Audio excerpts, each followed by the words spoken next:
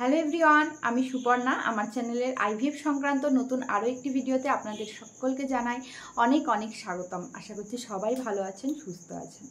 বয়স 40 পেরিয়ে গেছে, এখন ভাবছেন যে আইভিএফ করাবেন, তো করাবেন কিনা বা আইভিএফ সাকসেস হবে কিনা সেটা নিয়ে একটু চিন্তায় আছেন। এটা কিন্তু একটা চিন্তারই বিষয়, কারণ বয়স বাড়ার সাথে সাথে কিন্তু আইভিএফের সাকসেস রেট কমতে থাকে। কারণ বয়স বাড়ার সাথে সাথে আমাদের এএমএইচ ভ্যালু বা বলতে পারেন এগ কোয়ালিটি বা এগ কোয়ান্টিটি কিন্তু কমতে থাকে, যে কারণে সাকসেস রেটটাও কমতে থাকে। তো অনেক রকম সমস্যা আসে বয়স বাড়ার সাথে সাথে, তাই 40-এর উপরে মানে একটু চিন্তাই করতে হয় আমাদেরকে যে আদৌ আইভিএফ সম্ভব কিনা। তো আইভিএফ সম্ভব কিনা সেটা তো বলবোই, তার সাথে আজকে বলবো যে 40-এর উপরে আপনি যদি আইভিএফ করাচ্ছেন তাহলে কি কি করাবেন, কোন কোন টেস্ট আপনাকে করানোর প্রয়োজন। তো চলো আজকের ভিডিওটা শুরু করি। প্রথমে বলি যে আইভিএফ 40-এর উপরে সম্ভব। হ্যাঁ, সম্ভব। কোন কোন ক্ষেত্রে সাকসেসফুল হবেন আইভিএফ করলে 40-এর উপরে সেটা আগে বলি। যদি আপনার টিউব ব্লকেজ থাকে, একটা বা দুটো টিউব যদি আপনার ব্লকেজ থাকে, সেক্ষেত্রে কিন্তু 40-এর উপরে হলেও বয়স আপনি আইভিএফে সাকসেস হবেন। আরেকটা হচ্ছে আপনার যদি এএমএইচ ভ্যালু মোটামুটি নর্মাল থাকে বা আপনার এগ কোয়ালিটিটা মোটামুটি ভালো থাকে, তাহলে আইভিএফ সাকসেস হওয়ার সম্ভাবনা আছে। আরেকটা হচ্ছে যদি আপনার কোনো রকম সমস্যা না থাকে, আপনার হাজব্যান্ডের সমস্যা থাকে, আপনার হাজব্যান্ডের দেখা গেল স্পার্ম কোয়ালিটি খারাপ বা অ্যাজোস্পার্মিয়া আছে, সেক্ষেত্রে আপনার আইভিএফ সাকসেসফুল হওয়ার সম্ভাবনা আছে। আরেকটা সেটা হচ্ছে এক্সপ্লেইনড ইনফার্টিলিটি, মানে কেন ইনফার্টিলিটি রয়েছে, কেন আপনি কনসিভ করছেন না সেটা কিন্তু বুঝতে পারছেন না, তার জন্য আইভিএফ করার প্রয়োজন, সেক্ষেত্রেও কিন্তু আপনার আইভিএফ সাকসেসফুল হওয়ার সম্ভাবনা রয়েছে। তো এই কয়েকটি ইস্যু যদি থেকে থাকে তাহলে আপনার আইভিএফ সাকসেসফুল হওয়ার সম্ভাবনা রয়েছে। এবার বলি কখন আইভিএফ সাকসেসফুল হওয়ার সম্ভাবনা একটু কম হয়ে যায় বয়স 40-এর উপরে হয়ে গেলে। যদি আপনার এএমএইচ ভ্যালু অনেক পরিমাণে কম থাকে নর্মালের থেকে, মানে এগ কোয়ালিটি আপনার ভীষণই বাজে, তাহলে কিন্তু একটু সমস্যা হয়ে যায়। কারণ এএমএইচ ভ্যালু ভীষণ গুরুত্বপূর্ণ, আমরা সকলেই জানি যে এএমএইচ ভ্যালু আইভিএফে ভীষণ গুরুত্বপূর্ণ। হ্যাঁ, বয়স কমেও এএমএইচ ভ্যালু কম থাকে, তবে অনেক সময় বয়স বেশি থাকলেই যে এমএইচ ভ্যালু কম হবে এমন কিন্তু কোনো কথা নেই। বয়সের সাথে সাথে এমএইচ ভ্যালু কমতে থাকে, এটা যেমন সঠিক তেমনি এটাও সঠিক যে সবসময় বয়সের সাথে সাথে এমএইচ ভ্যালু কম হবেই এটার কোনো গ্যারেন্টি নেই।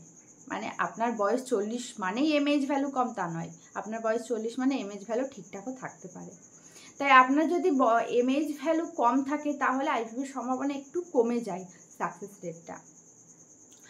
আর আপনার যদি আর অন্য কোনো ইস্যু মানে আর অন্য কোনো প্রবলেম থেকে থাকে শরীরে, যেমন থাইরয়েড বলেন, সিস্ট বলেন, হরমোনাল ইমব্যালেন্স বলেন বা অন্য কোনো মেডিকেল ইস্যু যদি আপনার থেকে থাকে, সেক্ষেত্রে আইভিএফের সাকসেস রেটটা একটু কমে যায়। তার কারণ বিভিন্ন রকম সমস্যা থাকলে আপনাকে আবার অনেক রকম মেডিসিন নিতে হবে, আপনার শরীরটাকে প্রিপেয়ার করতে হবে আইভিএফের জন্য। তখন যেহেতু অনেকটা বয়স বেড়ে গেছে, তাই একটু হলেও কিন্তু সাকসেস রেটটা কমে যায়। এবার বলি যে আপনি বয়স 40-এর উপরে আইভিএফ করাতে গেছেন, খুব ভালো কথা, আইভিএফ করাতে গেছেন, তবে কোন কোন দিকে নজর রাখবেন, কোন কোন বিষয়গুলো মাথায় রাখবেন, যে বিষয়গুলো মাথায় রাখলে আপনার সাকসেস রেটটা একটু হলেও বাড়বে এবং আপনি সুন্দরভাবে কনসিভ করবেন।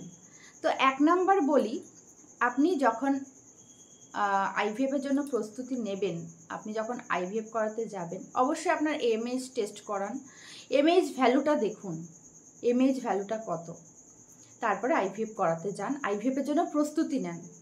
কারণ এমএইচ ভ্যালু খুব কম হলে অনেক সময় সাকসেস রেট একদমই কমে যায়, যেটা আগেই আপনাকে বললাম। তো সেই ক্ষেত্রে আপনার প্রস্তুতি নেওয়ার জন্য তো মানসিক শারীরিক প্রস্তুতি নেওয়ার জন্য তো অনেকটা সময়ের দরকার। আপনি আগে দেখুন যে সম্ভব কিনা, ডক্টরের সাথে আগে কনসাল্ট করুন, অবশ্যই ডক্টরের সাথে কনসাল্ট করতে হবে। হ্যাঁ, ডক্টর যদি বলে আপনার এমএইচ ভ্যালুতে সম্ভব, তবে সেখানে হাত বাড়ান বা তবে এগিয়ে যান, কারণ এখানে প্রচুর টাকা পয়সার ব্যাপার, আপনার প্রচুর টাকা পয়সা খরচ হবে, যেহেতু বয়সটা 40-এর উপরে চলে গেছে। তাই এখানে যদি আপনি এমএইচ ভ্যালু খুব কম থাকা সত্ত্বেও আইভিএফের দিকে যান, আমি বলবো আপনি কিন্তু মানসিক অবসাদে ভুগবেন, কারণ সেক্ষেত্রে কিন্তু সাকসেস রেটটা অনেকটাই কম হবে, অর্থাৎ পজিটিভ আসার সম্ভাবনা অনেকটা কম হবে। সেকেন্ড যেটা বলবো, দ্বিতীয়ত আপনি যখন আইভিএফ করাবেন তখন এমন কোথা থেকে আইভিএফ করান যেখানে পিজিটি টেস্টটা করা হয়, পিজিটি টেস্ট করে আইভিএফ করেন। মানে অনেক সেন্টারেই রয়েছে বয়স 40-এর উপর মানেই পিজিটি টেস্ট করে তারপরে আইভিএফ করা। পিজিটি টেস্ট মানে প্রি জেনেটিক টেস্টিং, যেটা প্রি জেনেটিক টেস্টিং করলে আপনি জানতে পারবেন যে আপনার যে এমব্রায়োটা তৈরি হয়েছে, আপনার এমব্রায়োটা নর্মাল কিনা, আপনার এমব্রায়োতে কোনো জেনেটিক অ্যাবনর্মালিটিস আছে কিনা।